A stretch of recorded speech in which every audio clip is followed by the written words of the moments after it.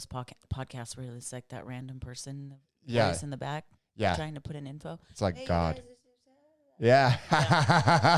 It's I so know. true though, I know right? exactly what I you're fucking talking hate about. that. It's like just talking to the damn microphone. Somebody's trying to put in input. They're like, "Hey, you guys, look it up from last week." Okay, I'm guilty. I'm guilty because a couple of the producers I've had. They do that? Yeah. You're like, please, yeah. talk into the fucking Yeah. microphone. Yeah, and Scummy was like, I'm the best fucking producer you'll ever have. Yeah. But what happened there? Are we on right now? Yeah. Oh. I'm just He doing my just thing made over here. that I'm just doing my money, thing bro. over here, Just did making it. that money. Are we on right now? Are we Exactly. on? We're here. Check, microphone. So, how are we doing this evening? We're good. We had a long day. It was we did a freestyle class. It was nice and muddy and snowy, which was Ooh. unexpected, but it was cool. We made it happen. It still worked. Everybody still had a good time. They rode good. Very nice. Yeah, it was cool. So, real quick, for people tuning in, why don't you give a brief introduction, please? My name is Stephanie Pietz. I am a moto, I guess you could say, enthusiast, like brand ambassador. I don't know, anything on two wheels I'll pretty much do or try at least once. It's just like my passion. I started off modeling for motorcycles in the power sports industry and stuff, so I kind of started with that and then got into riding. As I got older and just got over holding the trophies for people, pretty much. I like that. Yeah.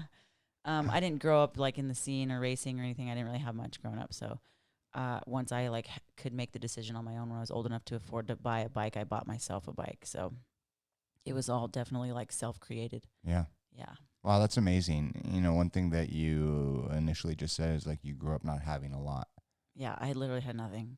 It's crazy because it's weird. Like the world we live in, so many people are so afraid to be vulnerable and talk about stuff just because, you know, basic ego. But I just came to a point in my life where it's like I'd rather share my story now because there's so many people that are going through the same things that I went through that think that they're alone. And that's because I felt that way. I was embarrassed to say that, like, you know, I grew up really poor. I was super fucking white trash. Like I had nothing. Like I did drugs at a really young age. Like I watched some really fucked up shit happen in my teenage years. So it's embarrassing, but like, you know, because you see these people who grew up like in moto that just like their parents like had them racing and they had dirt bikes and they had these perfect lives with non-divorced parents and, you know, no kind of abuse or anything. So it's like difficult to want to talk about it, you know? I fully get that. You know, it's kind of maybe one of the things I left out is when we were talking about, you asked me like what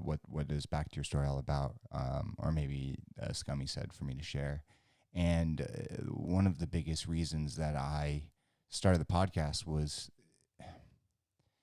to share my own personal story because I've been through the fucking mud, drug addiction, abuse, beaten, fucking dad dying at 17, like just like crazy shit, right? And we've all been through stuff, but when you grow up in an era and a time where it's all about, oh, the hottest Instagram post or fucking this or that, everybody right? wants you to look happy. Exactly. Like happy. Everybody's happy. Everything's fucking great. But it's not. You know? No, it's not. No, it's not. It's a facade for sure. It is. I mean, it can be, but that's why it's super, like, I love the rawness of people. Like, one of the reasons why I connected with Colin was because of something that he had posted. And I was like, dude, that was so huge, like so admirable for you to just break down and be vulnerable and open up about that, because there's so many people struggling with the same thing that are so scared to open up. You Absolutely. know? So it's cool to see that. It is huge to see that. It's so important that we share these things, because when we put them in boxes and we hide them away,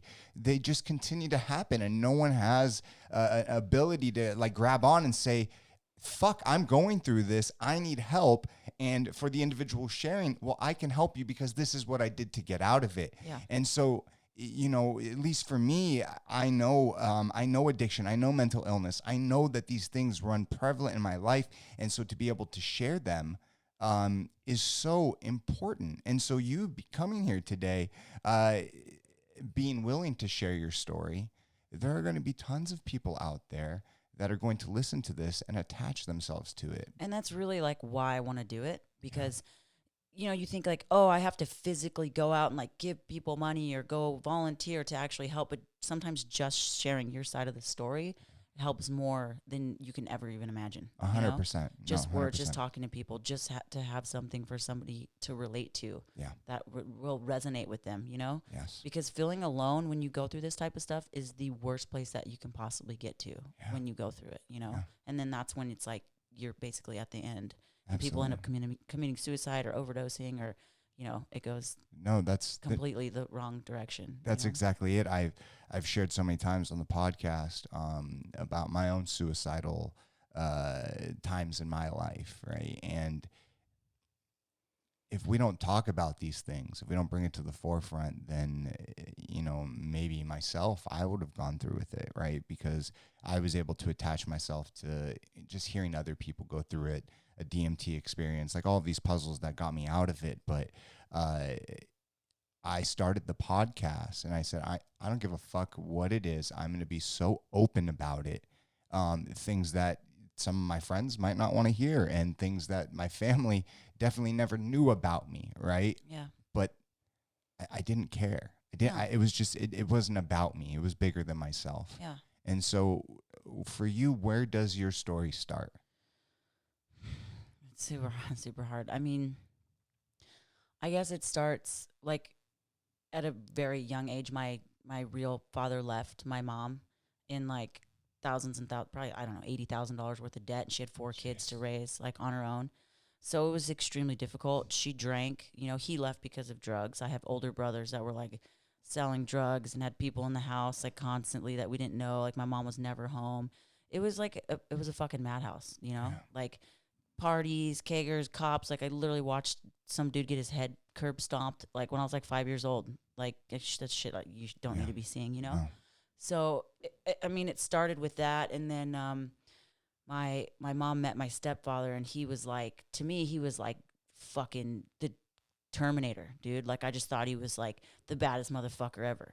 Like owned a Harley, showed up like people were in my house, he'd just fucking throw them out by their fucking hair. Like he literally took us all in, and he's the one who taught me how to ride motorcycles. Yeah. And he's just a fucking badass.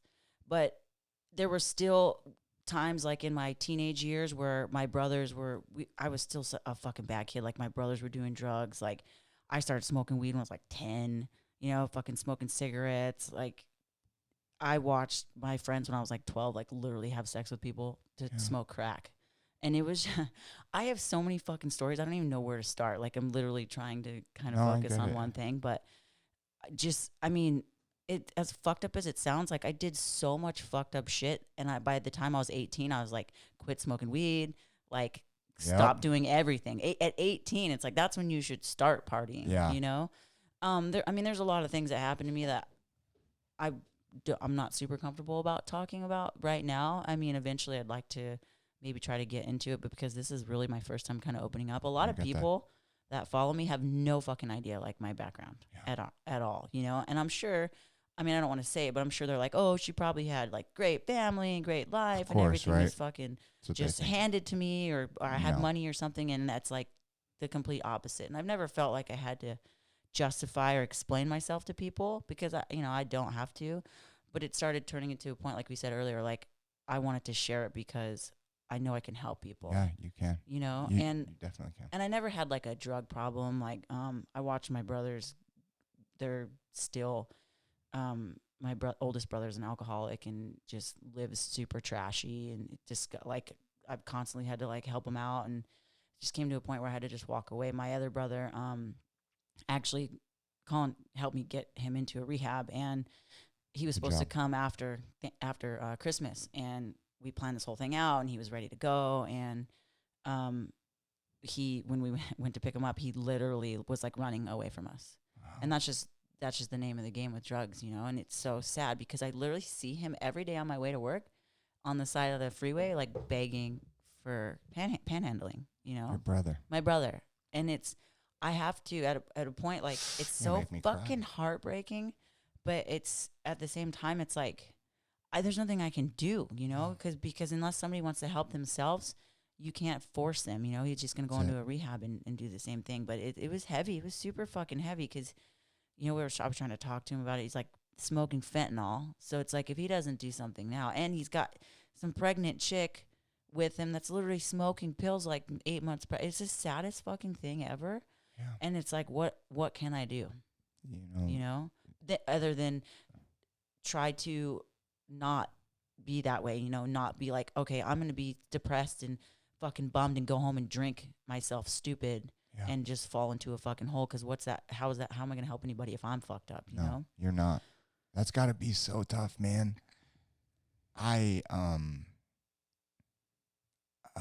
couldn't imagine driving down the street and seeing my sister panhandling. I can't imagine that.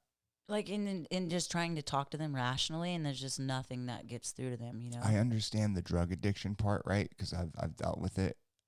But that's another level. And for you, you're right. You can't do anything. Unfortunately, we cannot control another human being's lives. I've tried it with people. It doesn't ever fucking work. No. You can only be there for support only until a certain point, and then sometimes the best thing to do is take a step back. You have to. You're just hurting yourself, That's exactly it, right? You're just giving in, and it's only causing you problems at that point. The only way we can help ourselves is by helping ourselves, and that it for some people it never happens. And unfortunately, we have this epidemic of opiates in the United States of America, all over the world. But it's a real fucking issue. Yeah. It's a real fucking issue, and it's really sad to see. I used to smoke fentanyl, sold fentanyl patches, was big in the game, all this shit, right? So like I understand exactly what it's like. I've been there, I've seen it, I've faced it head on. That being said, you as a human being going through this, I mean, it's just, it's tough. I guess I wanted to ask you, let's kind of start really at the beginning. How were you, as a kid, how were you introduced to drugs? Well, my dad left. The fucked up thing is it's so difficult because, my mom, I don't have like a super good relationship with my mom either. And she did a lot of fucked up shit as growing up. It's hard. Like, I don't blame her, but at the same time I do, because how do you take on an entire household of kids like by yourself with having to, she was literally our school crosswalk lady and our fucking mailman. Like, she worked so many fucking jobs to make it work, which strong, tough as fuck, but she couldn't be there for us the way we needed her to be there for us, Yeah. So there was always shit going on in my house. Like, my brothers were, when I was younger, they were, 13, 14, hanging out with, my oldest brother was like 13, 14, 15, hanging out with dudes that were like 18, 19, 20, stashing drugs in the house because they knew my mom was never home. Like, there was cops constantly coming to my house, like, all the time, because we weren't going to school, because we'd show up with like fucking dirty ass clothes, wearing the same clothes to school all the time. We had like my teachers donating us clothes to wear, and this is like the very younger years of my life. Yeah, so that's 13, 14, man. That's I mean, well, I was 4, 5, 6 years old, so I was just a baby. But these were my brothers, and I watched this, and they would smoke weed, so I'd just sit around and watch them, like, that's how I got introduced to it. I would literally just sit there and watch them break up weed, smoke a bowl. Like, I'd be fucking playing with seeds and stems and shit, not knowing what the fuck they were. Yeah. Like, that's basically how I was introduced to it, because we just lived in the, I don't know if it was where we lived or what it was. It was just, that's kind of just the card that we were dealt. My brother was kind of a handful. So that's initially how I was introduced to drugs at a really young age. And it was just like, I was like a little kid wandering around a fucking house party in the fucking early 90s. A constant party, yes. Like, trust me, I do know what you mean. It was fucking whack. Like, no kid should ever see any of that stuff. Like fights. There was fucking people pulling guns out. There was so much fucked up shit. And there was nobody there. I never felt safe at all. So I had no idea like when the next, like, if people would, like, who's gonna come in the fucking house, who's gonna move in, like it was fucking crazy. It was whack. I can't even get into it. But I understand. My life was just like that. It was really just like fucking super trashy. Just a really shitty way to live, you know? And it's nobody's, I mean, I don't blame my mom. It's just. She thought she was doing the right thing, right? I mean, she'd come home and fucking drink too. Well, exactly. I get that. And with everybody and indulge in it. So it's like she was just so fucking stressed out all the time. How do you... I was very fucking neglected. I was never spoken to as a kid, you know? When you look back at that moment, right? You look back at that moment in time, how did you feel back then compared to looking back now, really understanding what you went through? I mean, then it was like, I see all these people partying and having fun, and I was just like, this is cool. Yep. You know? This is fucking cool. There's all these older people doing fucking cool shit. They're smoking. They're fucking smoking out of bongs. There's like girls with fucking, you know, like shaved heads. And it was just, I thought it was all cool. Yeah. You know? Isn't that crazy? Yeah. Right? It was fucking nuts. I wanted to be grown up because of all the shit that was going on around me. Right. My sister, the first time she ever smoked weed was 9. I was 13. And it was because I introduced weed to my sister, right? Because I grew up in a very similar household, especially after my dad passed away. So I understand. Thankfully, she never got, hard into drugs. But at that moment, it's like, it's so fucking cool. But looking back, I'm like, what the fuck? What the fuck was I doing? You are a child. Why was there not an adult fucking seriously like regulating this? Like, what in the actual fuck is happening? Yeah, dude, I'm with you. I get that. Your frontal cortex of your brain is not fully developed until you're 24 or 25. So a 9-year-old or a 13-year-old smoking weed is never a good idea. Oh, no. Right? Oh, yeah. And I'm a huge proponent for smoking weed. I have no problem with it whatsoever as long as it's in moderation and you got your shit, right? Because I do believe that people can get addicted to weed just like anything else. That being said, when you started to get older, right, 10, 11, 12, what was the dynamic at home? So we had moved out of the house that my stepdad basically took us all in because my mom was at a point where she was about to lose the house and we were all going to go into foster care because it was just to the point where it was so fucking bad. Like the cops were at my house like we were like the drug house in the neighborhood, you know? So when my stepdad came in, he basically took my whole family in to his house and we moved to the other side of town. And it was good. Like it was a nice house. It was clean. We went to different schools. But we were still all kind of like fucking up. You know, he was like the fucking hammer. You know, he was like the voice of reason. But we still all rebelled against him a lot because we didn't have any of that growing up, you know? So me watching my brothers, I was like, fuck him. I'm going to do whatever the fuck I want. You know, I wish I would have taken his advice a little bit more because now that I look back, I'm like, God, what a fucking asshole I was. Like, never listened to him. Like, my brother got me high when I was fucking 10 years old. Yep. And in a fucking broken down, like, Volkswagen Baja in somebody's back. I got locked in it because I was so fucking high. I couldn't get out. Couldn't figure out how to get out. Sorry. No, it is funny. But, like, you know, I started smoking weed, started smoking cigarettes. I did acid when I was, like, 11. Yeah. You know? Yeah. Like, what the fuck, dude? I get that. And that's so crazy. I look fucking nuts. I look at kids, my friends' kids that are 10 years old, and they're just so fucking like good, and they go to school, and they're so naive to everything. I'm like, please fucking stay this way. Yep. Like, don't fucking change. Don't try to look. Stay that way. Yes. I was 14 tripping balls at Disneyland. Yeah. With my. And you see a 14-year-old now, and you're like, and they're just like, I've never seen kids as bad as me and my friends were in the fucking 90s. I'm like, it was so fucking bad. But you know, it was a lot better, but my mom was still very emotionally distant from us, you know? So he would discipline us, but then there would be nothing on any other end from her because she still drank and he still dealt and they still fought. So there was still a lot of like shitty turmoil in the house at times, even though it was a better place, like no drugs, no nothing. I would just go out and fucking party and get in trouble for being out late and like fucking raged super hard when I was like 14, 15 years old. Going to raves? Dude, yeah. I like was on fucking, I remember going to this rave, got a whole bunch of ecstasy. I think it was like 15. It was like some all ages show. Always back then. Yeah. Until that girl died at EDC. Yeah. They were all ages. And we were literally like fucking selling ecstasy and buying it. And like I had those Jinkos. Yes, those fucking Jinkos! with the big ass fucking like huge giant baggy like dripping looking. Yep.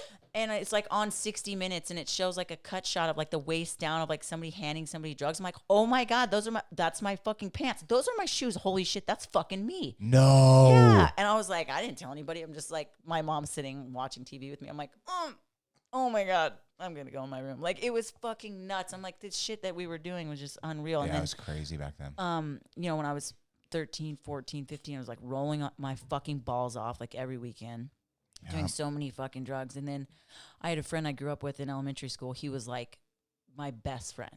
Like, his older brothers were friends with my older brothers, and his older brother dated my older sister. And he was literally like my best friend, like the first kid I ever made out with. You know, we were just like, everybody knew like Jesse was mine and I was Jesse's. Like, we were just You were best Jesse's friends. girl. Yeah. And he ended up like having to switch schools because his mom put him in a different school because he was getting into too much trouble doing a bunch of drugs. And he ended up killing himself when he was like 15. And it broke my fucking heart because of just doing ecstasy and having your dopamine, your serotonin levels just completely depleted after doing so many fucking drugs every weekend.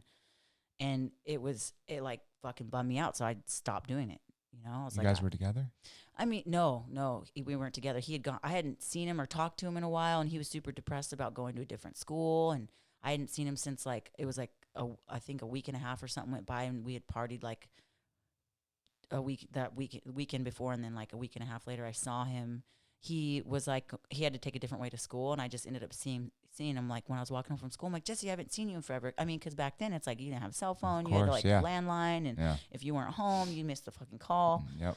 So I ended up seeing him sitting on the curb, and I just remember seeing him like super fucking sad, and he was just super bummed. And then that was the last time I saw him, and it just like my mom told me, and the way my mom even came in the house, she's like, "Oh, by the way, your friend killed himself. Okay, dinner will be ready." And I'm like, "What the fuck?" Like, no, nothing.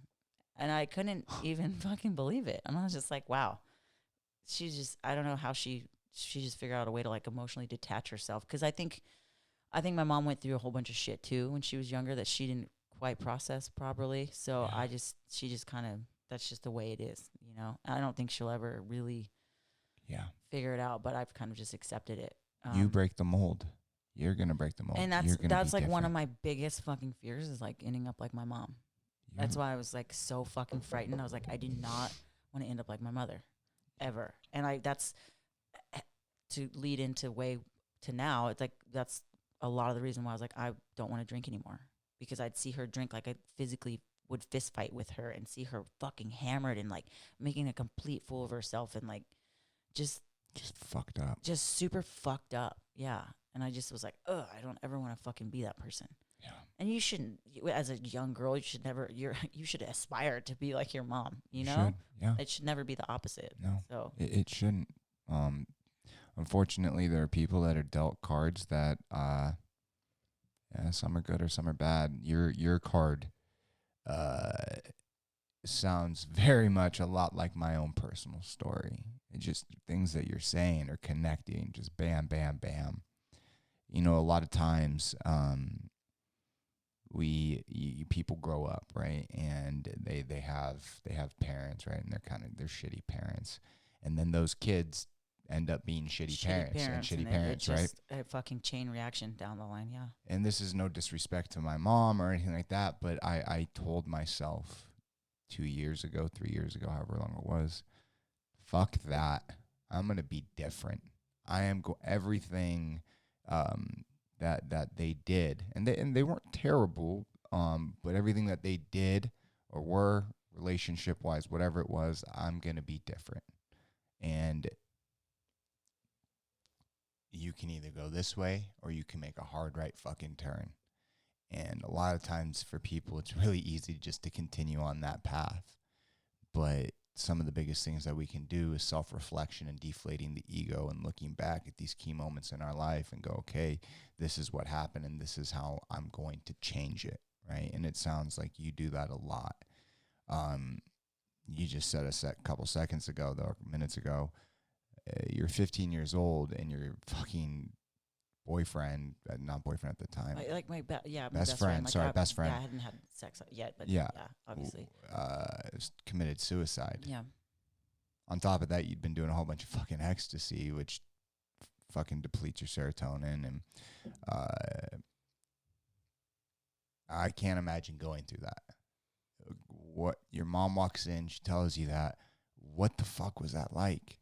It was fucking terrible because I knew it's just one of those things that when I saw him, I just knew something wasn't right. Yeah. And I knew something, it just felt wrong, you know, and I just felt like something bad was going to happen. I didn't know what. I thought maybe like he would get hurt, or he would like drop out of school, or like they would end up moving to another side of town where I didn't see him anymore. You know what I mean? You don't think of something that like major. You don't think it's going to be that fucking like bad. But when she told me, I was just fucking heartbroken, you know? And like it was just how at 15, like, you shouldn't be so depressed that you want to fucking kill yourself. No. You know, you should be going to school, having fun with your friends, and like high school sports band, whatever it is, you know, like it shouldn't be like I'm doing a bunch of fucking drugs and I, you know, got in trouble and had to go to a different school, and like now it just should never fucking be that way. Never get that. You know? So yeah, it bummed me out, and it fucking made me extremely like, it just made me start thinking about a lot of shit at 15 that you shouldn't be thinking about. You start to question everything, you know, and like, oh fuck, maybe I need to start worrying about going to school, focus on school. Like I mean, I wasn't even that upset that my mom said it so nonchalant. It was just the fact that like I knew I'd never see him again. That's more what I was so fucking broken about. Yeah. And so I don't know, I just, after that, I stopped. It was so fucking long ago, and honestly, like, I did so many fucking drugs as a teenager. As fucked up as it sounds, it's hard for me to like remember, because I remember that happening. I remember going to his funeral, and I remember talking to his mom and his brothers, and you know, I remember kind of chilling out and going to school and trying to get it back together, and then it fucking shit just went right back to where it was. It was, I think it was like a month. Actually, it was right before he killed himself. I was doing a lot of fucking bad shit, and I ended up hanging out with some girls that were fucking bad news. And I was still a virgin at 15, and I was hanging out with these girls, and I ended up like getting like date rape drug. Like, I don't know what the fuck it was, but like that's how I lost my virginity, and it was fucking horrible. And that was like New Year's Eve when I was 15 years old, and then 2 weeks later, my friend ended up killing himself. And I dropped out of school after that. And I literally shit just went downhill from there. I didn't go back to school until like sophomore year. And I just dropped out, never finished. And like, just was partying and fucking getting Xanax from Mexico and going down to fucking Rocky Point all the time, getting a bunch of pills, and shit was fucking, it was just really bad at like 15, 16 years old. Like, you shouldn't be doing that stuff. No. Did the people ever get caught? The guy who did it, it wasn't. He had some really bad shit happen to him, but it wasn't the cops. Okay. Yeah. We can move on. Yeah. Yeah, but going through both of those things back to back, I can't. Yeah. Either one of those things should have never happened, but then both of them. No, and it was you know, I try to look back at it, like a lot of it. My mom was so fucking emotionally distant from all of us. Like, she never even sat down and talked to me about like my period, about having sex, about having safe sex, about any of that stuff. So it was like from the get-go of a kid, like I was never actually like nothing. How can I explain this? Like, there was no like, hey, let me talk to you about like being careful about people, or if somebody does this to you, or if somebody does this, or if you're not comfortable. Like, never any kind of discussions like that. You know, I was never, so anything that ever did happen to me like that, like, I never thought there was anything wrong with it.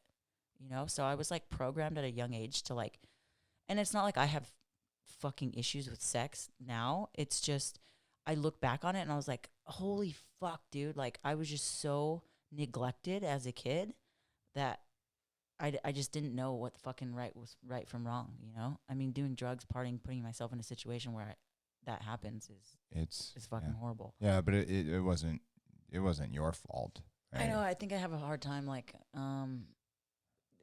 dealing with that. Does that make sense? Of course. Yeah. Like, I don't blame myself, but at the same time, I'm like, well, you know, I put myself in these situations because of lack of education. from my mom's part. You know what I mean? From the people who raised me. Of course. And it's a little difficult. Yeah, right? no. I understand why you process it that way, but from the outset, it's you're a child, man. You know, no young kid or an adult should ever go through anything like that. No 15-year-old kid should be so depressed to kill himself or herself, right? These things shouldn't happen, but unfortunately they do. And for you, those two things, was it kind of like walking off a cliff from that point? Yeah, at that moment, it was bad. It went downhill, and I just, for months, like, was just fucking doing a ton of drugs, ecstasy, pills, like I said. And then I think it took me probably like a year after that. I got a job. I think it was like a hostess at a restaurant, and I like started going back to school to like finish. Because I was really smart. Like I had already had like 3 or 4 high school credits. Like I was taking, I took pre-algebra in like 7th grade. Jeez. So I was like already, by the time before I dropped out, I was like taking calculus. Wow. So I already had like high school credits. So I was like, I can fucking do this. I can go back and get finished, you know, just so I have my GED or a high school diploma, because that's what you're supposed to have, right?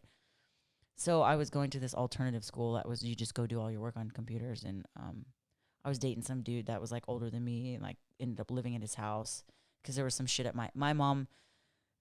When I was like 15, 16, like I always got approached by people like, oh my God, you're so pretty, you should do modeling. Oh my God, this and that, you know? And for some reason, like my mom hated that. Like she fucking hated it because she was drunk and insecure and had all her own fucking issues. So she kicked me out of the house when I was 15 years old because she thought I was legitimately sleeping with my stepfather, who was like the dude who saved my life. Yeah, it was fucking hard. So I moved in with like this dude that he was like 21, I was like 16.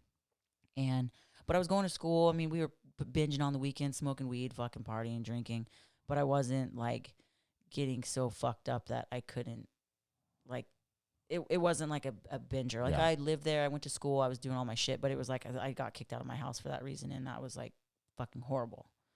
So I ended up I just started working. Like I started working, ended up, you know, getting my own place when I was 17 years old. I had my own apartment, and then my junkie brother moved in with me, and I was taking care of him. Jeez. Yeah, and then you know, just from there, like I never lived back home or anything. I've just always pushed so fucking hard to be independent and take care of myself because I never had anybody do anything for me. So, I mean, things like, obviously I grew up really fucking fast and I learned the hard way, but from 17 on, like I was really hardworking. I ended up getting my GED, like worked my ass off for anything that I wanted. If I wanted something, I'd just fucking work harder for it. Yeah. So, and then as I started getting older, I started doing modeling jobs and started making like really good money doing that. And I like started working for Rockstar, like OG Rockstar. Like so back in the day? Back in the day. Jesus. Like OG Rockstar, when you had to actually go to a casting to get the job and they don't just pick you off fucking Instagram.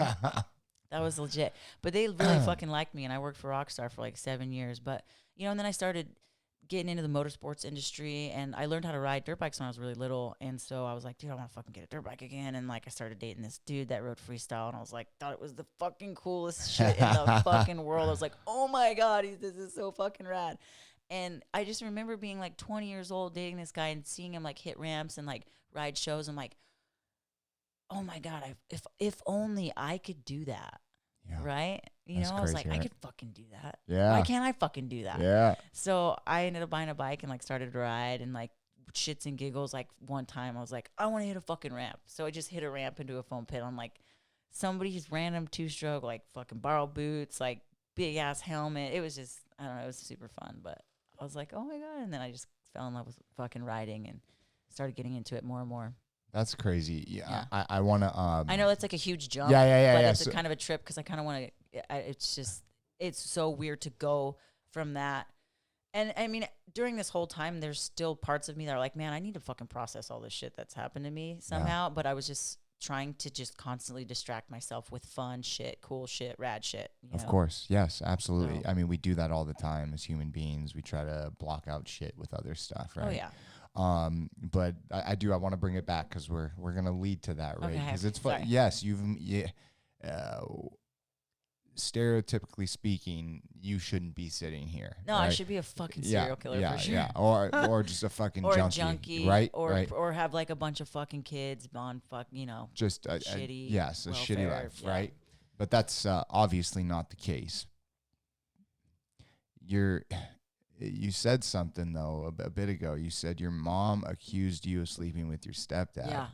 What the fucking fuck? Dude, she would get fucking I'd come home from school and she'd be fucking hammered. Like looking, when somebody's wasted looking through you. Yes. And just start fucking drilling me on all these questions. I'm like, what the fuck is your problem?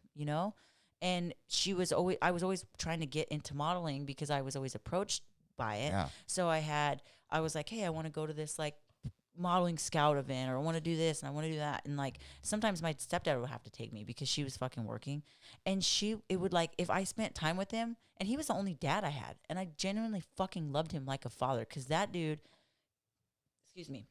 without him, like he taught me respect. He taught me fucking, you work for what you want. Like without him, I wouldn't be half the person that I am at all. And that's the thing, is like people are like, oh, a lot of things are hereditary, but it's not, because he's not my fucking blood father, but everything that I've learned in my life is from him, Yes. So the fact that she would ever even thought that was just, it fucking fucked me up, dude. Yeah.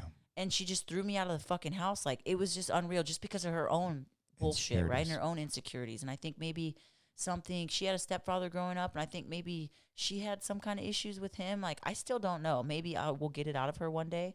Highly doubt it, but I think maybe that in her mind, like she gets fucking drunk and goes to some kind of fucking wicked place, and that's all she can think of. That is an extremely, extremely dark place. Your mom, has she ever apologized for it? Never. That's fucking crazy. Super fucked up. That's fucked up. She man. can't like. She can't. She just can't. Like all my friends are like, dude, maybe you should just sit down and talk with her. Anybody that I've ever talked to about this, like try to, make amends and do it and just sit and talk to her. I'm like, oh yeah, I've tried a ton of times, and it literally, she just turns around and is like, oh fucking, you guys blame me for everything, and it's all my fucking fault. Well, you guys are all fucked up, and I was like, I'm not fucked up, dude. I just want some honest answers. Like if you can just take down the fucking barricade for a little bit, like I'm your daughter, and talk to me. But it's just I think throughout my 20s, I had a big issue with that, like not being able to have that conversation with her. And the older I've gotten, I've accepted the fact that like it just may never happen. Yeah. And I'm okay with that. Like I've come to terms with it, and I don't love her any less. It's just there. Yeah. It's just there, kind of just existing, Yeah. What did your stepdad do? What did he say? He was furious because he was just like, that's your daughter. She loves you to death. Like, I love her like a daughter. I can't believe you would ever think I would do something like that, So it was just a super fucked up situation. And there wasn't even anything that triggered it other than just the way that I looked, Yeah. You're a young, pretty girl, and she's drunk and very insecure with her own self, right? Yeah. Not able to work through her own past shit, not being as open as you are today, right? These things are so important. What about your stepdad? What is he around? Yeah, they're still together. I mean, there was a time when we were young. I know. Wow. I don't know how the fuck he does it, but he's a fucking saint. But there was a time, when they had split up and we had to move out for a while. So they've had, their differences, and he knows how she is. He doesn't drink, doesn't smoke, doesn't do drugs, nothing. Straight edge, like as straight edge gets. So, I mean, now it's so much different then than it is now, because now they're so much older, and she's, definitely doesn't drink nearly as much as she used to, and they're both like in a better spot. So, but yeah, he's still around, and I still see them all the time. Like the last time I saw them, everything was good. Everything's always been good. It's not like we just don't sit down and have like these interventions. Me and him have sat down with my mom and talked to her, and she just like fucking loses it. You know, she cries and she thinks we're attacking her. Of course. Just a typical defense mechanism for people that can't have any self accountability. Of course. Maybe you should slip her some mushrooms sometime. Dude, I've tried to give her fucking edibles. Like, my stepdad said he caught her smoking fucking weed the other day or something, and I was like, let her fucking smoke weed. Like, maybe it'll help her like get to a better place without having to like drink booze. You know, I don't know. It's just weird. It's hard, like, because sometimes shit goes by, and it's been so long that I look back at it, and instead of like having it bring up all these emotional turmoil, I almost try to approach her as to try to like make it like lightened, you know? Yeah. And I'm like, hey, that was kind of fucked up what you did, you know? Like, you know, say sorry at some point, and it's just difficult to get it across in like a way that she doesn't feel like she's being attacked. Have you made amends with the situation that you probably will never get what you want? Yeah. And that's what I was saying. Like, I'm sure she'll even be on her deathbed, like, still, like, just holding on to her ego. It's exactly it. It's the ego that gets the best of us. But you gotta sometimes take, like, okay, I gotta take myself out of the situation, right, and understand, like, maybe she had a really fucked up childhood, and she had a lot of fucked up shit happen to her that she can't figure out how to process, and maybe I just need to be there to be like, I'm sorry, you know, like, I forgive you. I fucking love you. I'm here. Whatever you fucking need, I'm right here. Because then I just take myself out of the equation and am just supportive, like you were talking about. Yeah, earlier, you shouldn't have to say sorry for you were a child then. Well, right? I mean not saying sorry, like apologizing for myself, but just being like, detached yourself from the situation itself. I'm sorry for what happened to you, and I wish I could help you. You know what I mean? Yeah. And I wish there was something that I could do to make you feel more comfortable with me. Just kind of completely detach myself. Yes. Like I'm not even her daughter. Like another fucking human talking to somebody. So have you tried that? I haven't really approached it that way, but I've thought that's the way that I think if I'm ever going to do it again, that's the way I'm going to do it. So not too long ago, last year, actually about a year ago, she got, because she's drank and smoked her whole fucking life, but she's this tiny little fucking thing that looks like she's healthy, drink and smoke like fucking no other. Jeez. So she ended up getting bit like by one of her dogs, and she ended up going to the hospital, and she got sepsis. Oh. And because her kidneys and her liver are so fucking haggard, she almost died, like straight dialysis, everything. And I was in the hospital with her every fucking day. I was the only one of all of the kids that was there with her every day, bringing her food, whatever she wanted, like making sure, even if she wasn't even awake, I was just there every day, all night. And I just had knee surgery. I was like wheeling myself in there. She ended up going through alcohol withdrawals while she was in the hospital, like fucking saying the most lunatic shit ever. So when that had happened and I saw her like that, it literally, all that fucking shit just went away. Me being mad at her, me being resentful, me being all of it, anything that I ever held against her, I was like, I'm probably going to lose my mom, and I don't want to sit here and being like, oh, fucking holding on to shit that I can't no longer change, you know? Yes. So just got to fucking let it go. Yeah. You know, I know I'm not going to get like, an apology from her. I'm not going to get this crazy fucking talk of what she went through or tell me what she went through. I'm like, I'm just going to be there for her. I'm going to let it go. I mean, she might fucking die. Yeah. You know? Yeah. So that's kind of the way that I looked at it. I mean, maybe that's, I don't know. I think it's way harder to fucking take yourself out of a situation, detach yourself and what you want to just approach a situation with just straight, like, loving kindness. Of course it is. Well, it goes to that ego, right? We always want to put ourselves in every situation, right? Yeah. And so to be able to detach yourself from a situation there's a lot of history behind it, right? It's very difficult, but it just showcases the growth you have achieved in your own life, right? I mean, it's fucking light years ahead of, what unfortunately your mom, has gone through, right? And so you are a true testament to breaking that mold, right? But I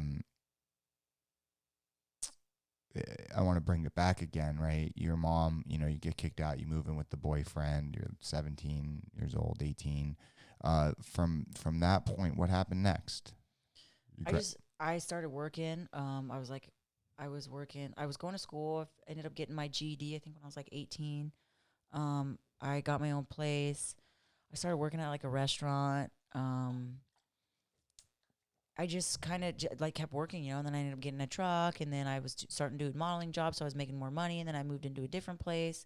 I kind of detached myself from my family a little bit because they were kind of like bringing me down, And then, the guy that I dated that rode freestyle motocross, I started dating, I think, when I was like 20 and 19, 20. And I was with him for almost like 3 years. And that's when, like, all the motorcycle stuff started. And I still partied, like, did drugs here and there, nothing crazy, drinking.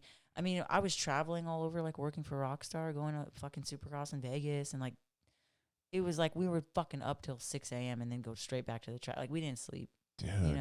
It was like, it was fucking fun. And you were around a lot of stuff. Oh, fuck yeah. How did that even happen? How did you even start working with Rockstar? So we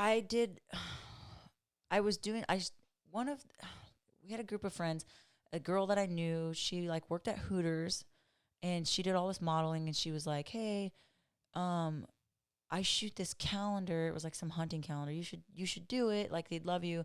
I did it. I got the cover and I started working for them. And then back then there was like a model website called like Model Mayhem, and you'd get jobs from that. So I'd get jobs doing that. And then I ended up shooting for Playboy in 2009. I think it was 2009. So we'd go out to the parties at the fucking Playboy Mansion and get paid to fucking party. And like, it was fucking gnarly, like so many fucking drugs. It was just super gnarly. But I ended up getting the cover of Playboy. So then when I got in 2009. It was the cover of their like all natural magazine. Nice. So I got that, and then all my modeling shit kind of blew up from there. So I ended up going like a fucking like wrestling tour with like Hulk Hogan. Wait, what? Yeah, dude. How did that even? Wait, what? They hit me up. They were like, "Do you have any experience in wrestling?" I said, "No, but I'm super fucking athletic. What do I got to do? Backflip off the ropes? I'll fucking try it." They're like, "Word, you're in."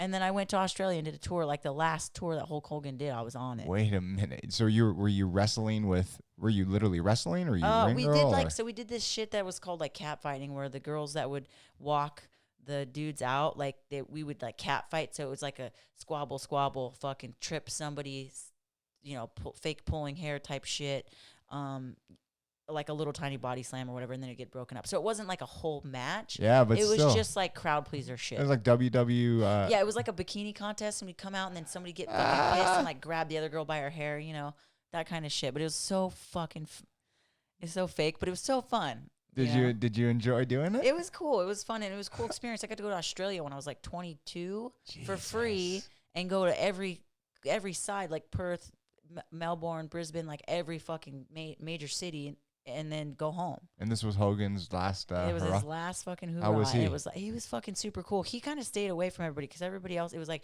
Ric Flair, Hulk Hogan, the Nasty Boys, fucking all the Samoan wrestler guys, like the OGs of fucking wrestling. Dude. And I was like, and there's just me. Yeah. And I'm like, what the fuck am I doing here? This is cool. Right.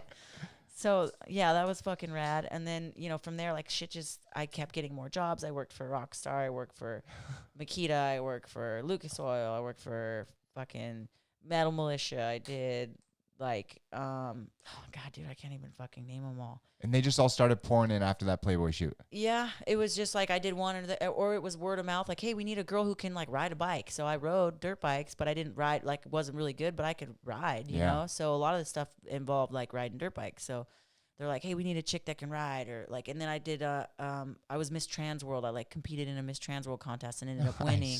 And then Rockstar Uproar Tour did, like, Solon, did, like, Miss Solon Angel, and I fucking did that whole thing and won that. Jeez. And it was just, like, constantly traveling around and like getting all kinds of fucking cool awards but partying the entire fucking time. Were you enjoying the moment when you looked? Oh my God, yeah, dude, it was fucking so much fun. Like, so many crazy fucking stories of dude, just crazy shit. Like, just at the House of Blues in LA, like the show, I don't know if you ever been in that building, in the old House of Blues. There was all kinds of crazy trap doors and shit. Like, it was nuts. We were just back there partying with fucking, you look around and you see like all these fucking famous people, you're like, holy shit, and everybody's just doing fucking cocaine.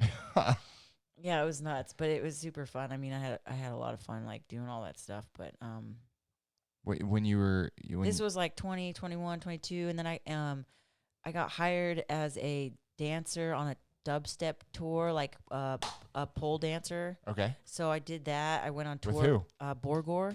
No fucking way. Yeah. Okay, if you look at a picture of him, yeah, I promise you, and me without my beard, you guys we look identical. What's funny is like he kind of looks like the a dude soft. is my fucking doppelganger. Like I've never looked at a picture of anyone in my life. Not when I have the beard, it's different, but yeah, it's fucking strange. That's so funny. Me. So yeah, when I did that, it was 2012, and I did his tour, 2 tours with him, and then that's when Instagram started. Well, that's when I started Instagram. You know, right when I started dancing with him. The whole tour. Yeah, so we did a 2-month tour, and then his tour we were with like Asking Alexandria and Hollywood Undead, and then I did all his summers. We did EDC, we did Coachella, we did Miami Ultra, South by Southwest, Nocturnal, like all the fucking like raves, dude, everything. It was pretty rad.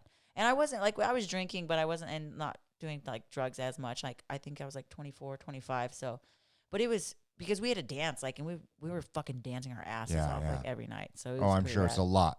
But how was he? Was he cool? Oh, super fucking cool. He was super cool. He had a girlfriend that was some porn star at the time, and she was so fucking nice. So that's dope, man. It was cool because I met so many fucking people too that I'm still friends with, like to this day. Jesus, so. It's so crazy, right? Because if you go back to your story, right? If you look at your story, everything that led up for the first 18, 19 years, 17 years of your life was just fucking hell. It was fucking hell. Yeah. Maybe one of the greatest things that could have happened to you is you getting kicked out. And I don't mean that in like the greatest, like, oh, it's a good, like, right? But maybe because of that happening, did allow you to detach, right? Because everyone's got different paths, right? If you would have stayed at the house, what would have happened, right? If you got kicked out, what would have happened, right? And so I'm not saying it was a good thing because it was not, right? Yeah. But it did. Maybe it got you to the point where you were eventually going to go a lot faster. Yeah, I was just extremely, extremely independent too. So like, I just learned at a young age, like to start taking care of myself, you know, and like, so I think if I would have waited any longer or stayed at home, you know, I don't know. I think about it though, because I'm like, what if I was just like, you know what, I'm not going to fuck up anymore. And I moved back in the house, and my parents paid for college. And I ended up being a fucking doctor. So like, I wouldn't be fucking riding motorcycles. There's no fucking way. You know, I wouldn't be doing half the shit that I'm doing. It would just be such a different fucking path. And who knows, you know, maybe it would have been good, or maybe it would have been really fucking bad. Yeah. You know, maybe I got a fucking regular job that I hate going to every fucking day. Right. Punching in, punching out, fucking, like, you know. Yeah. So in a cubicle somewhere or something like that, right? I really don't fucking know, but I've always just, you know, I've always just like wanted to like go my own way and do my own thing the way I want to fucking do it.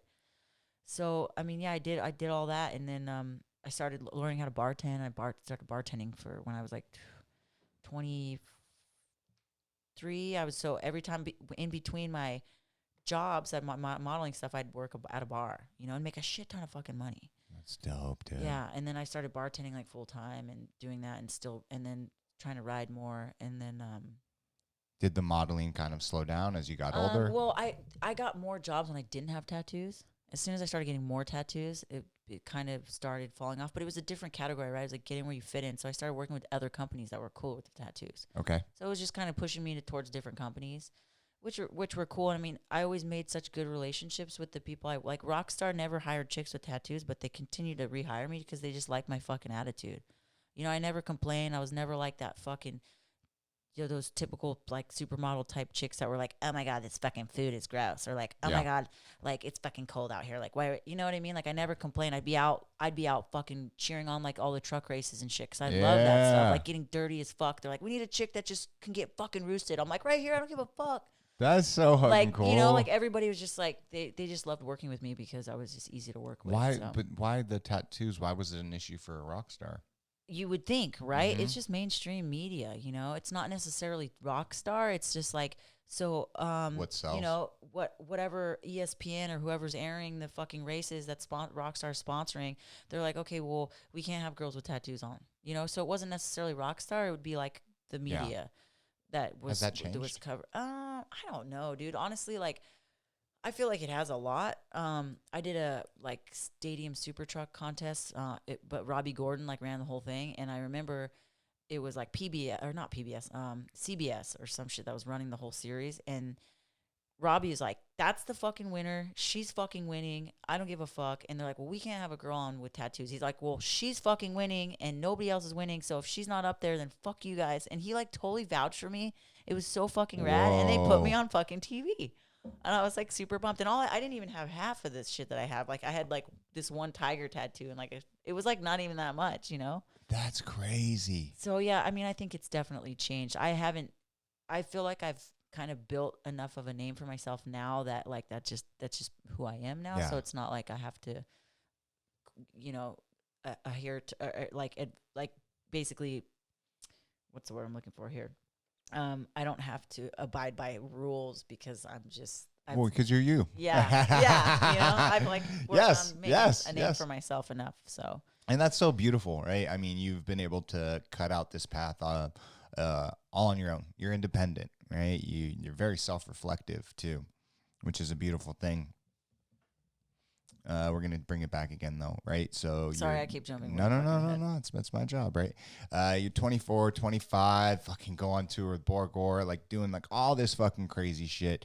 Then what happens next? 27, 28, like. So I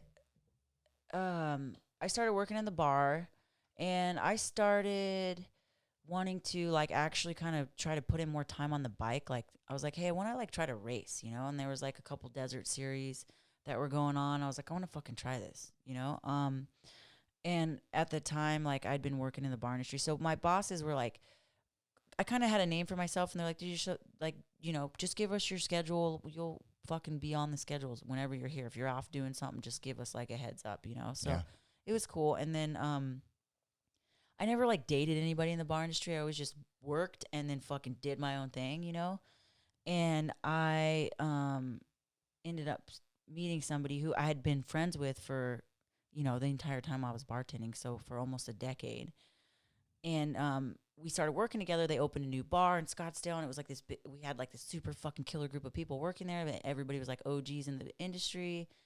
And him and I started spending more time together, and we ended up dating, and I like fucking fell so head over heels for this guy, like because he was just funny as fuck. We were just friends, you know. And then we started working together and spent more time with him. I was like, holy fuck, I really like this guy, you know. And I never dated people in the bar industry because they always all like, you know, everybody hooked up with each other, and I just didn't want any part of it. I wanted to be like, I'll come and work and then fucking go moto, do my shit, whatever, like stay out of it. And then him and I started dating, and we like totally fucking hit it off. And he loved that I just did all this other stuff too, because a lot of people in the bar industry, once you're in it, you're fucking in it. Yeah. And they're like, you're 45, still fucking bartending. And granted, it's great money, and if you're saving it or doing something with it or putting it into a side project, it's awesome. But a lot of those people are like, I'm drinking after work, and I'm fucking coming here on the weekends, and I'm going to the place where I work to drink, you know. So it's just like the same fucking shit all the time. So him and I started dating, and we dated for it was 2.5 years.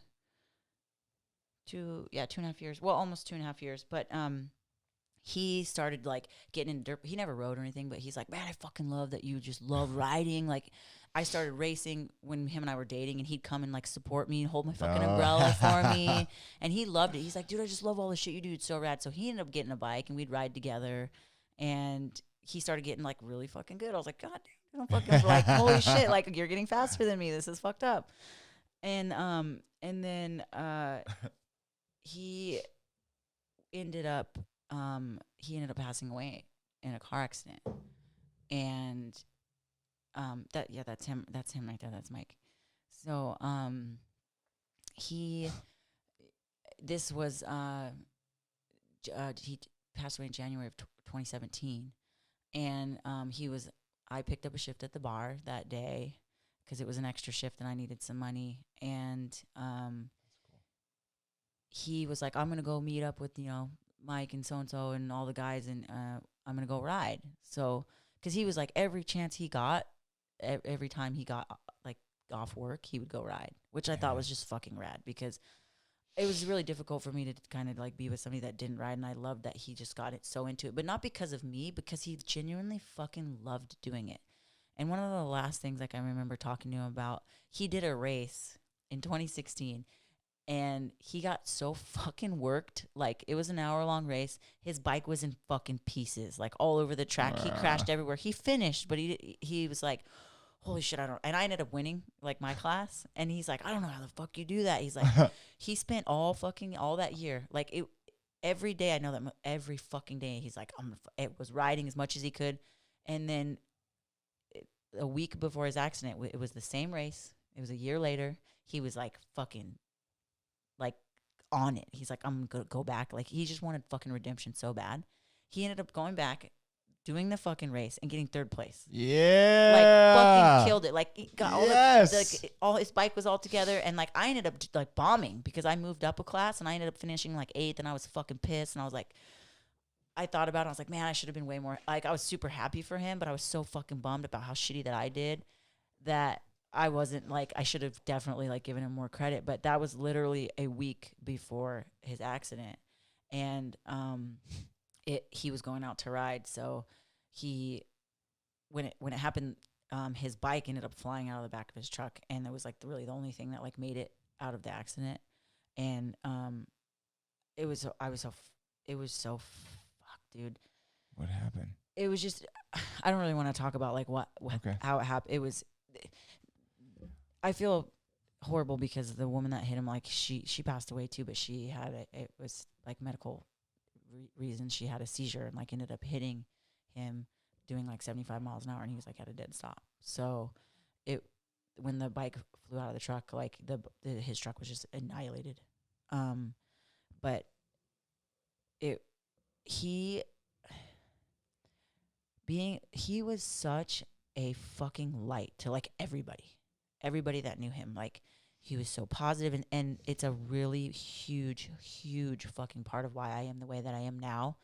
And even talking to you about like how I react with my mom, how I react to all these situations that happen, like I got that from him, you know, because when him and I were together, these were still issues that I was like trying to work on, you know, and it would make me depressed, and it would fuck with our relationship. And he's just like, all I want to do is like help you, you know, and like help you see who you are, and like I want to see you do good. And so like a lot of the issues that I had from my past, you know, I spent a lot of fucking time like being fucking depressed, and I wish I look back and I'm like, dude, I'm never gonna get that time back with him.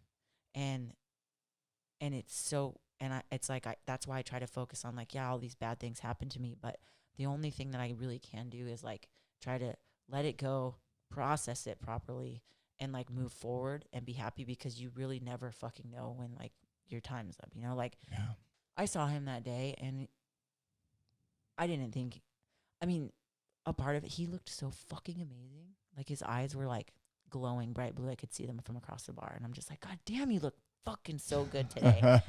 And he's just like, all right, you're fucking on a good one. I was like, I feel fucking good today. And like, it's just that moment. It's like, you don't fucking know when the last time it is you're going to see somebody. So it's like, just try to work on all your shit. Try not to hold negativity towards people, and try to like focus on the future, right? What's going to happen, and or like the good shit. Yeah. Because a lot of people struggle with all these things that happen to them and all their past shit, and they don't realize how much time they're losing being fucking in this hole. Yeah. You know? And I know it's hard to fucking let shit go, and it's hard to fucking figure out a way to process it, but you have to literally spend time being fucking thankful for like the littlest of the littlest shit. You know? You have to. You can't like, oh, fucking poor me, I was dealt this hand, and I fucking did this, and I didn't get to do this, and I fucking, you know, like, it's like people don't focus enough on the good fucking things that are handed to them. Yeah, it happens all the time. Right now, it's so fucked right now with the world, because everybody's so fucking divided. Yeah. It's so fucking sad, but it's like we need to try to focus on that good shit, and like buying somebody's fucking coffee in the fucking drive-thru, or doing some small little shit like that. Being fucking grateful, appreciative, like just not focusing on all the negative shit. We're a lot more alike than the media and the world is led to believe. You know, with so many podcasts now, all different socioeconomic levels, political beliefs, all that. We're so alike. It's fucking crazy, but we become so divided because we focus on the little shit. Yeah. And fucking little shit that's like just so fucking it's dumb. petty. It's just petty. It's just petty bullshit. But I can't imagine that. I as you're sharing that story, I'm like just thinking about my own fucking life and my wife and the people I love, and it's just like my friend Mirko, it happened to him last year. He was killed in a car accident. I think about him every fucking day. It was like, it's just fucking crazy. Like, just at any moment, it can be all taken away from you. Yeah, you're not promised tomorrow. Nobody's fucking, like, here's your guarantee that you're going to live another 15 years, you know? Like, that's never something that is given to you. So, you know, that, and I hate to be like, you know, I lost some, I never want anybody to fucking feel sorry for me. That's half the reason why it's so fucking difficult for me to start even opening up, because I'm like, I don't want to be a fucking charity case. I don't want people to be like, oh my God, I had no idea. You know, like, I don't want sympathy. I want people who are having these things happen to them, like, reach out to me and be like, dude, I'm dealing with the same shit. Like what you said fucking helped me, you know? Of course. Absolutely. So it's hard because I don't like to say like, oh my God, it's fucked up, because I remember one of the last things he said to me was like, man, I just want to fucking do cool shit. I just want to do more fun shit. Like, I'm tired of the fucking drama at the bar. I'm tired of fucking dealing with like the same old fucking shit, like babysitting people, because he was managing a bar and he'd been in the bar industry forever. So, I mean, we kind of set some plans in motion for both of us to kind of work our way out of it. Yeah. And I was like pumped, you know, you just like, fucking, this is happening, all this is happening, and then just fucking everything just completely fucking just explodes like it unfolds, and you're like, what the fuck am I gonna do now, you know? So that's why I'm like, I'm not really the type of person, I'm not like, oh, just live day by day and like go with the flow. But honestly, you kind of gotta like be in the moment with things and like appreciate the moment and not get stressed out about the future or fucking worry about the past, because it's not gonna help. No. You get yourself into a mental state. Not at all. Need to be, yeah. How did you make it out of that, man? It was so. It wasn't that long ago. It was 4 years ago. Last week. So the problems that I was dealing with as a kid growing up and stuff, like, I had talked to him about that. I told him stuff that had happened to me that I've never told anybody. Not a fucking single person, still to this day. And so I was having issues. You know, I would drink here and there, and it would kind of make me depressed. But I think drinking obviously triggered the depression and bringing up stuff from the past more. So he was like, you know, why don't you just talk to somebody? Maybe like to a counselor, a therapist, or a doctor. Like it. Yes. And he knew that I didn't want to like get on antidepressants or anything that was going to make me feel weak. Of course. He knew that it fucking killed me to like have to ask for help, because it just wasn't who I am. So I went and I did it because I really fucking wanted to make this like our relationship good, and I didn't want my fucking issues to come in between it anymore. And so I had talked to somebody about getting on like a very mild, I wouldn't even call it an antidepressant. It was just something that they described. It was Wellbutrin, something they prescribed to people for like smoking and stuff. And it was really mild, but it made me a lot less reactive. And I literally 2 days before his accident started taking it. And I didn't stop taking it because of what had happened. So, I mean, the first 2 weeks, of course, like I fucking was awake. I literally didn't leave his bed for like 5 days. I just stayed in there. Didn't fucking sleep, didn't fucking eat, didn't do anything. And I knew, I was like, dude, I can't stay like this. Yeah. Like, he wouldn't want me to be staying like this. Like, everybody doesn't want to see me fuck. There were so many of our friends, everybody fucking loved him. That just went down a hole, just drinking and fucking drugs and like not eating. And like it was sad because I was like, I don't want to do that. He would be so fucking pissed off at me if I did that. So, you know, after a couple weeks of the grieving, the way that I had to process it, I was like ready to just I started working out like every day. I was like going fucking hard. I stopped drinking for a while. Yeah. It was like maybe 2-3 months, just stopped drinking, working out. And then I started to try to have like a little bit more positive outlook. I had all these really weird fucking things happen too, where I just felt like he was right fucking there with me. So, and I'm not like religious at all, spiritually. Like, I think there's something fucking beyond where we're at now, for sure. Of course. So I was just getting opportunities to do things that I felt were, because I started kind of trying to focus on being positive and focus on myself and not drinking and working out. So I got like opportunities like, hey, you want to like race flat track, which was fucking crazy because him and I were just talking about doing it. I kept telling him, Mike, I want to fucking race flat track. I want to try flat track. I kept talking about it, and all of a sudden my friend's like, here's a fucking bike. You want to fucking race it? And I'm like, yes. Yeah. And then next thing you know, I'm fucking racing in X Games.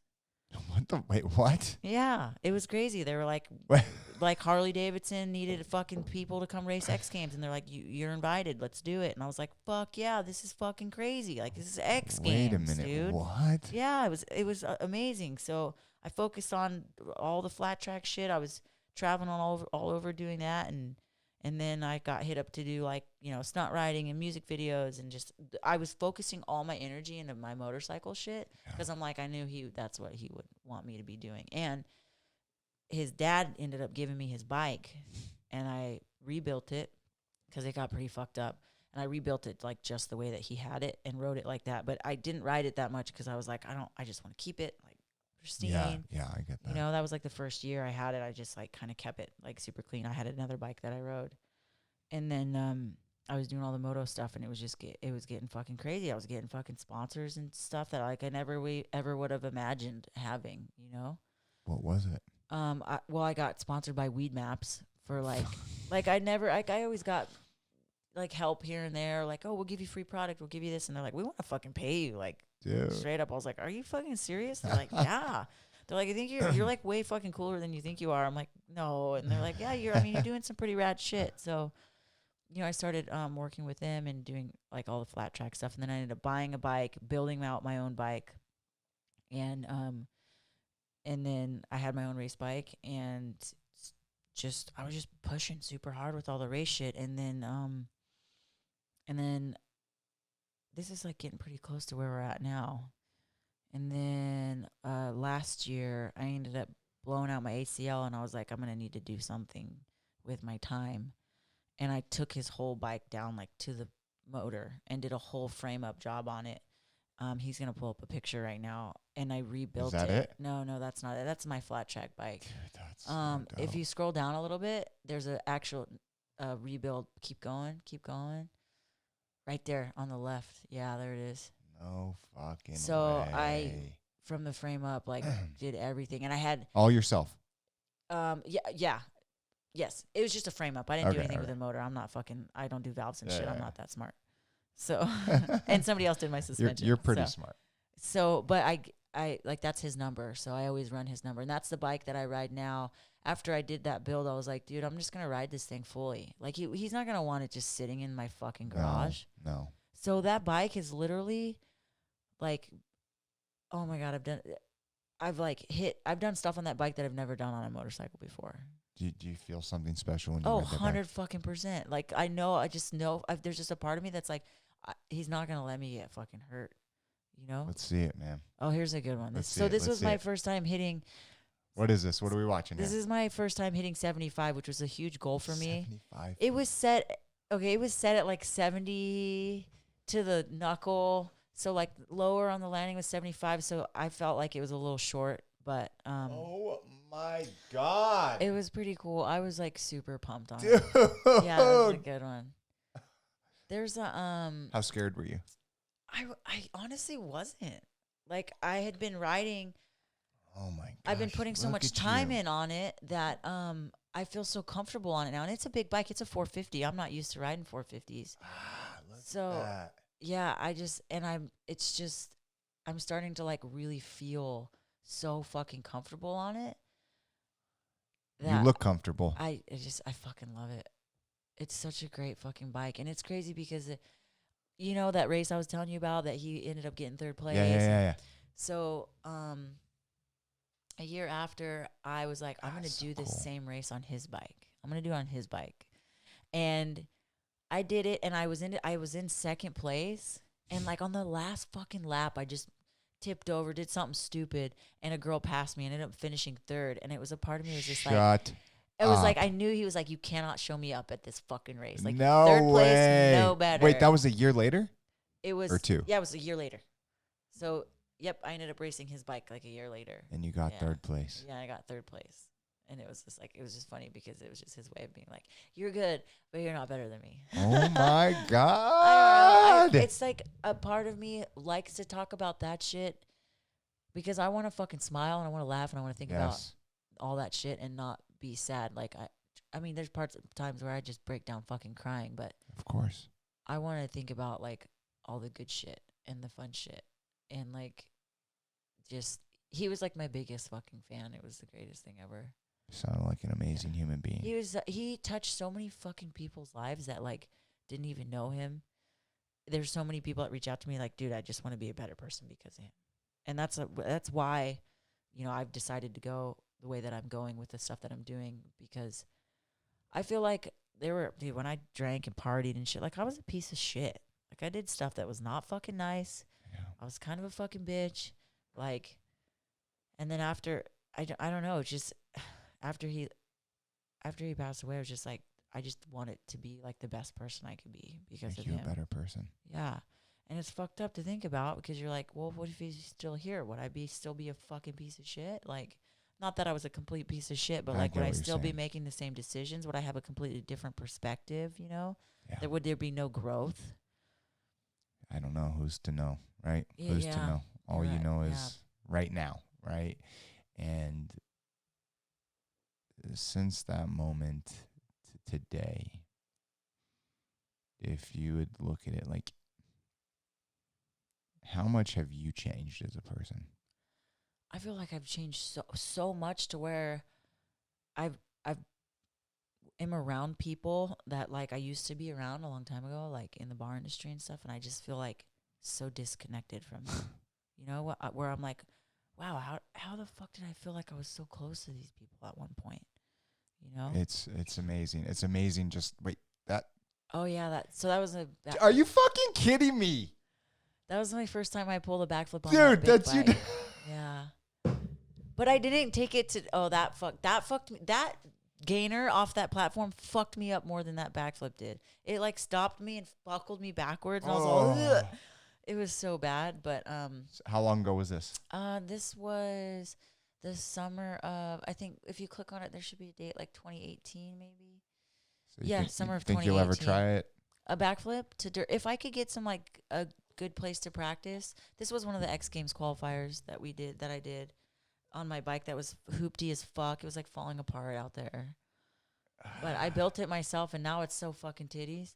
That's so dope. And so you to like today, what does your work entail? Like what are you doing today? So last year with COVID, that was such a sketchy race, dude, on that fucking concrete. Wait a minute, you guys are on concrete? It's like they put soda pop on the floor to make it sticky. What? Tell me you remember did you ever do freestyle shows like that? Where they yeah, exactly. What it's so the sketchy. fuck? Why? I don't know, dude. I and guess how long do you go around for? They did laps. I think they did it was like 6 or 7 laps. This was a super short like indoor track that they had us do X Games qualifying at one year, and I was just so dumb, but the assistant producer wants to chime in on how messed up Coca-Cola is. How you have to put down, like she's right, you put down Coke on cement like that. So it gets tacky. And it forms enough traction for a motorcycle to get traction. So That is they'd- Disgusting for sure. They would run freestyle shows like in stadiums and stuff, like places where they didn't put dirt down, and they'd put soda pop down so that the dudes wouldn't slip out like before they hit the ramp. Like sketchy as fuck, but like everybody's like, well, I'm gonna ride, I'm gonna do it, you know. I'm gonna ride over, and people are gonna drink it. Ugh. Oh, dude, it's so gross. So You are one amazing human being. But continue. So where the fuck was I? What does your life look like today? Okay, so what last year? Cool shot. That was for a calendar I shot a couple years ago called Hot Shots. It's really cool. They work with like wounded warriors and a bunch of like disabled veterans and stuff. It's really cool. Got like a silencer on it or something? Yeah, that is a silencer. Just gangster, dude. Yeah, it's super gangster. Just gangster. So last year, December of 2019, I blew my ACL out in a trip to Thailand. I did a moto tour over there, and ended up blowing out my ACL. And so I was like fucking bummed because I was like, oh, my whole entire race season for 2020 is fucked. So I came home, I got surgery, and then COVID happened, and everything got shut down. So part of me was like kind of pumped because I'm like, I'm not gonna miss any points in the fucking race series. Like nobody gets to ride. If I don't get to ride, nobody gets to fucking ride.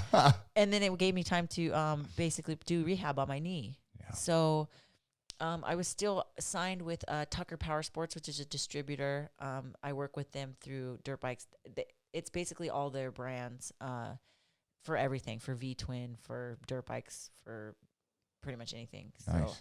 So I still had a contract with them. And then because I wasn't racing and getting any kind of contingencies as far as that goes, an old friend of mine who I worked at a race school, Bondurant Race School in Phoenix.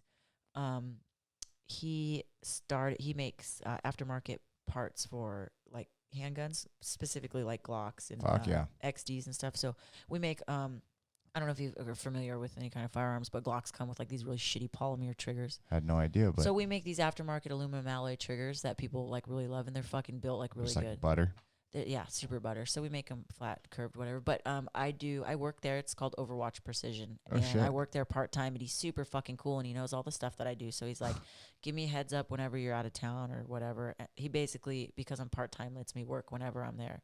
Because he knows when I'm there working, even if I'm there for 5 hours, I'm like busting my fucking ass. So that's awesome. When I'm there working, I get a lot of shit done.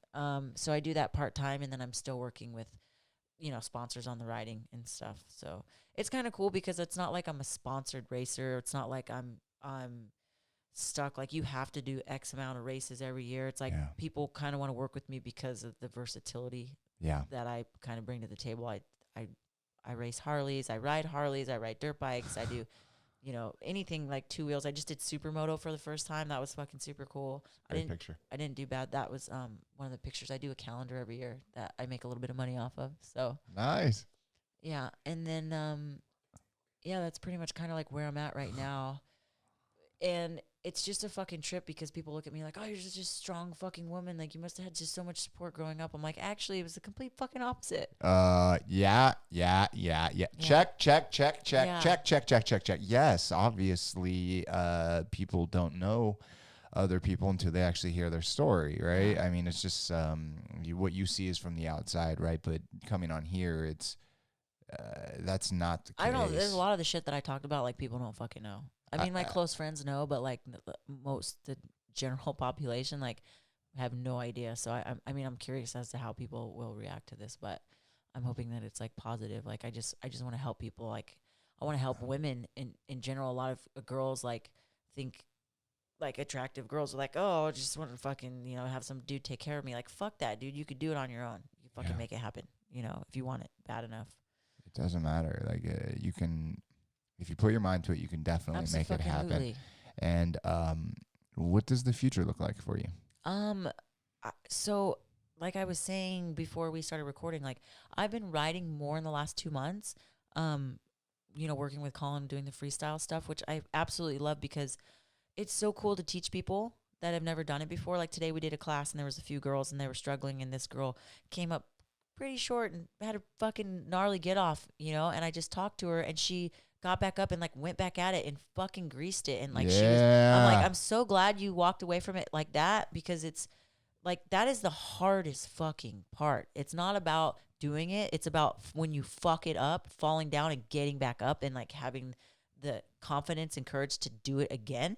Yeah. That's where it makes or breaks you, right? Yeah. Because anybody can you can do it and do it and do it, but when something bad happens, if you get back up and do it fucking better, like that's what makes you. So, I mean, that's a good motto for life. Yeah, 100%. Well, just like everything, like I said, that happened, like it's a make or break situation. And I've always been such a fucking warrior that I'm just like, I'm not a fucking quitter. Yeah. You know, and seeing my brothers like just give up, like they have kids, they have families, and they just give up on them for fucking drugs. And I'm just like, I cannot fucking do that. No. So, you know, doing that, I've been riding a ton. I'm doing there's a desert race. It's the Best in the Desert does a whole circuit of races, like you know, Vegas to Reno and the Mint 400, and I'm doing the Parker 250 at the end of February, and then I don't know if I want to say anything, but I've been talking to Colin about it, and you don't have to. Well, I'm thinking about trying to do some distance jumping stuff, so maybe that might be. It's something we got to look into because it potentially could be like a world record. Yeah, we've already looked into this as assistant producer. It's 140 feet, I believe. Well, I need to check the actual like fine print on the Guinness Book stuff because I don't know if they have like a separate section for women and men as far as motorcycle jumping. So the last long distance motorcycle jump by a female was like back in the 60s or 70s. A chick, she straight beat like Evel Knievel's record and jumped like 13 cars, and then he turned around and jumped like fucking 20 because he was like, I'm not gonna, let some chick beat me. But it was only, and then she ended up jumping like 140 feet, and I think that's like what's on record right now. So, but I don't know. There's so many little fine lines to that because I don't know if it's stipulations on like a V-twin or a single engine motor. Like there's different stuff with motorcycles, so I just have to look into it. But I mean, we have the resources to do it, and I kind of want to see what I can do. I want to do it. You have the skill to do it. You will be doing this. So that's why it's gonna be rad. Oh my gosh. So that's why I've been doing like bigger jumps and riding as much as I can. So. You're gonna do it. Yeah. You're gonna do it. I think I want to go way bigger than 140 though, but Colin said I should just kind of step it. She's amazing, dude. Like we went riding at a track and there's a triple that she's never done and she was just talking about it. And like the third lap, a lot of good guys weren't doing it. She just went out there and did it good. And instead of being pumped for herself, she's like, I can go do it better next time. I was blown away, dude. Because I can, though. That's the thing. I don't know. I just felt like I kind of came up short, and I didn't, like, have the best style. So I was like, okay, I don't know if that counts. You fucking did it. It's unbelievable watching her ride. It's crazy. God. It's just a trip. That's so cool. It fucking trips me out because I think about everything, and I'm like, I'm here, right now at this point.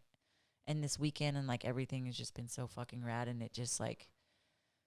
It's so, I don't know, it just fucking trips me out because I'm super happy. Like, it took me a long fucking time to, like, start processing this stuff and be content and be happy, and it just shows in, like, every aspect of my life, you know? Even with riding, when I was, like, depressed, I felt like it was, like, there was always some kind of roadblock mentally, and I would, like, crash, or I just wouldn't do it or whatever, and right now I've just been so fucking happy with being sober, choosing to be sober, the sobriety. I've been working out a ton and riding and being sober, and it's like I've never been so fucking happy. Like there was a time when I couldn't ride without drinking alcohol. I had to drink. Even at my flat track races, I'm like in the pits fucking drinking beer because I'm so fucking nervous. So then I just automatically associated the two. I can't ride without drinking. And the last few times I've hung out with Colin and like Andy and everybody, they just show me how much fun sober people can have without always having to get fucked up. And I rode his class for the first time ever not drinking beer, the first class that I did. And I was so fucking scared. And then after that, it's just like been fucking so easy. Isn't that incredible? It's so incredible. And it's like really incredible. And I don't hate on people who drink and have fun, you know, everybody like whatever. But, like, for me, this is working for me, and I really fucking like it. And everybody, I have a lot of people ask me, like, well, why sobriety? Like, are you fucking alcoholic? Like, you fucking, you know, beat people up? And I'm like, no. But it's just I just feel so much fucking better. You're My alive. mental clarity, my fucking physical abilities. I'm not fucking depressed. Like I'm doing stuff. I'm literally I couldn't hit a fucking jump without like having 3 beers. And now I'm just doing it sober, and I'm like actually like like calculating it, the risk of it, and it's like I'm doing it smoother, better, not fucking nervous. Like I never would have hit all those jumps at LACR before.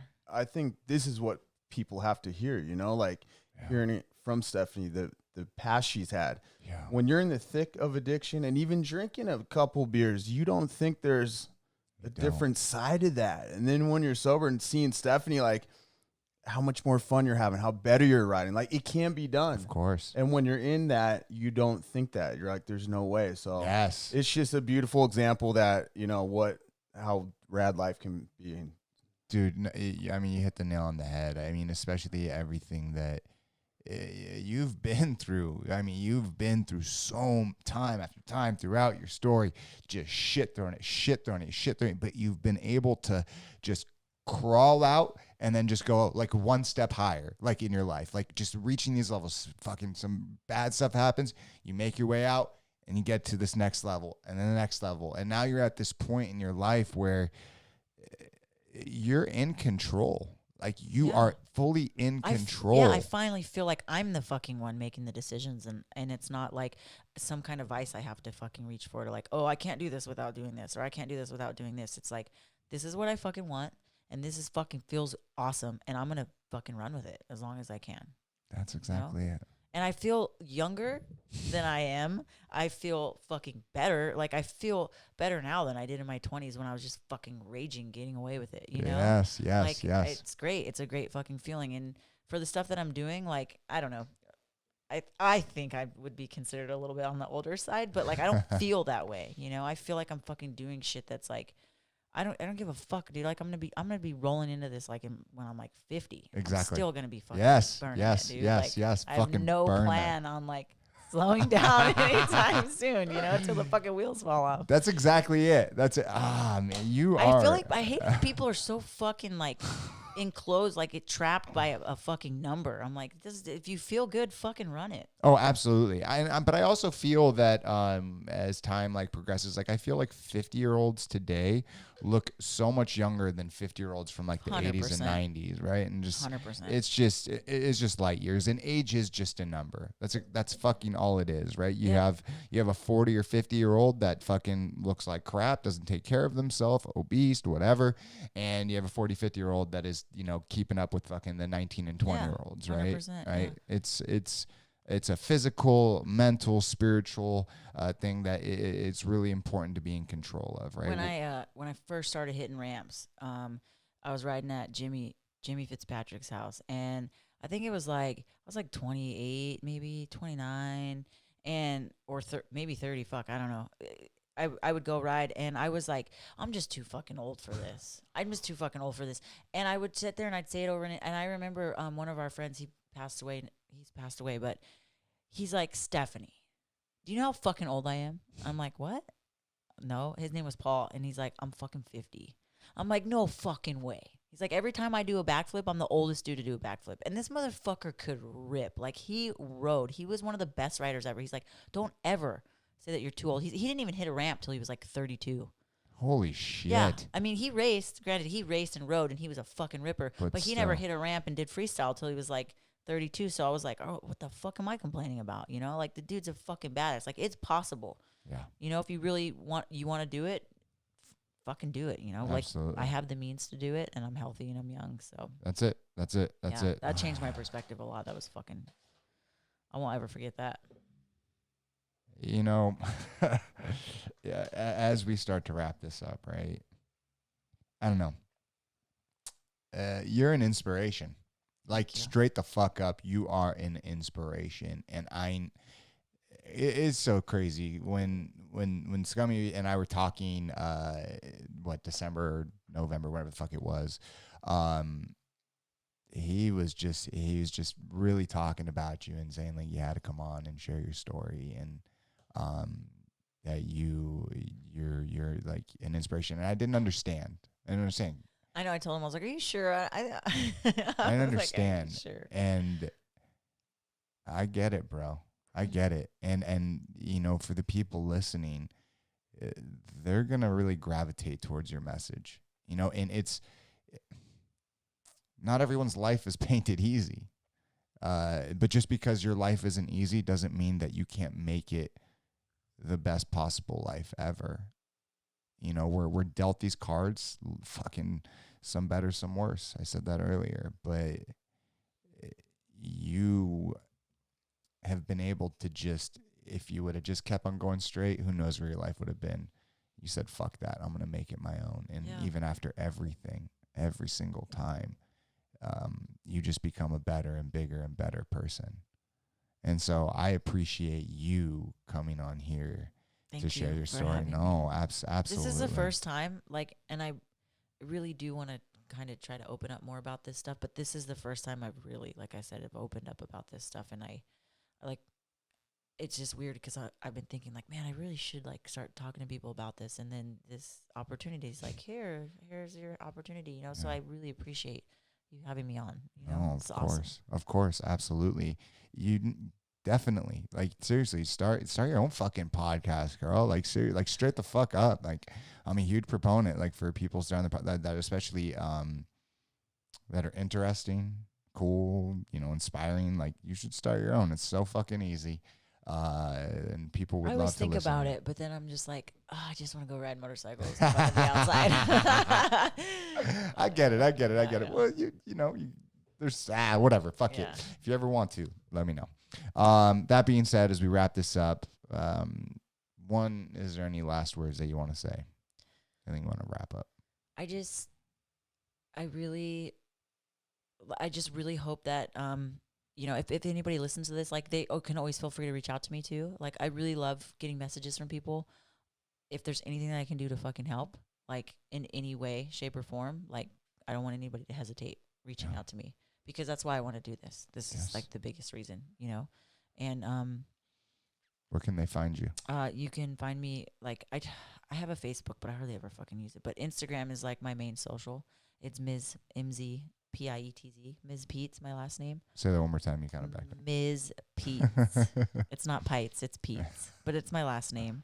I always check my messages on there and like my requests and stuff. So I try to do the best I can about getting back to people, but I'm really interested in like seeing, like, I'm not interested. Like, I really want to help people, you know? And if there's anybody that's struggling and if they ever feel like they're alone, like, fucking reach out to me because you're not alone.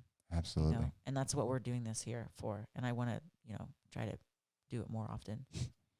That's so fucking cool, man. I will put your... I think somebody wants the mic. I'll hand it over to the assistant. The assistant producer. I will put your information in the show notes and all that stuff. Okay, so awesome. they'll be able to find you. Yes, sir.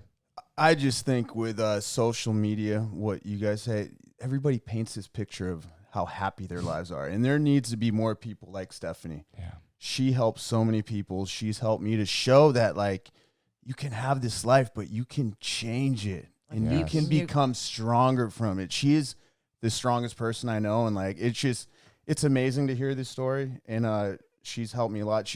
It can be done, dude. Like, it's very easy to stay on that path, but you can just say, fuck it, I want to be better, dude. And that's what she's doing. And even you got to talk about your calendars, because it's so cool what she does with her calendars. She doesn't pay some guy to, like, do all this. She sets up the photo shoots. She makes the calendars. She ships them out herself. What? And it's killing. Where do people? I mean, I'm a fan. I bought 6 of them, and after this interview, hit them with it. Yes. So I started a calendar. I did a calendar. Obviously, I do modeling. I do photo shoots, and I started a calendar last year of some photos that I just had. I just put it together, and I was like, I'm going to see how it does, and it did pretty well. So I put out a calendar this year. I was going to just do calendar posters because I was so strapped for time with COVID, with printing, with everything. I just didn't have time to do it. So I ended up banging out a whole 12-page calendar. And I set up the photo shoots myself. They're all my motorcycles. That's not it. That's a poster. Go back. Yeah, the calendar's that one right above it. Right. It's a bit. Okay, yeah. Well, anyways, that's one of the pictures that's in there. So I set up the photo shoots. That picture was actually taken at my place of work, the Overwatch Precision. That's one of my boss's firearms. I use my truck. Oh shit, that's all of them? It's a pretty fast picture, but it's got my flat track bike in it, my Harley Davidson that I ride, my FXR, my truck. So everything's all of my stuff that I've worked my ass off to get, and I made it all work, and I put it all together in 1 week, and then did pre-orders, and I still have, I think, I don't know, like 50 left, maybe. So if you're interested in buying them, there's a link on my in my bio on Instagram that will take you to buy a calendar. Awesome. Well, we'll put the link. I'll just send you one for free. You don't have to pay. No, I'll support it. I'll support you. You don't get charged. I'll put the link in the show notes. Yeah, it's just StephaniePietz.com. Perfect. It's my Perfect. website. Yep. Boom, boom, boom, boom. I know my manager over here. Yes, I know. Push your calendars. Seriously, push that shit. Is there anything else? That's it. I think that's it. All That's right, everything. all right. So that I once again thank you from the bottom of my heart. Thank you so Colin. much for having me on. Like, seriously, this was just an awesome experience for me. Thank you. Well, we'll do it again for sure in the future. Dude, I'm so down. Absolutely. Down. All right. Thank you so much. Have a good night. Peace, motherfucker. Boom. Wowzers! Thank you so much for watching the podcast. I want to thank Stephanie for coming on to share her amazing story. If you guys enjoyed watching the podcast, don't forget to like and subscribe. Hit my head right there. You guys see my head? Hit that bad boy. And if you guys want to watch more amazing content from Back to Your Story, definitely check out the story of Rick Thorne. Hit that bad boy right there. Have a good night, people. Peace!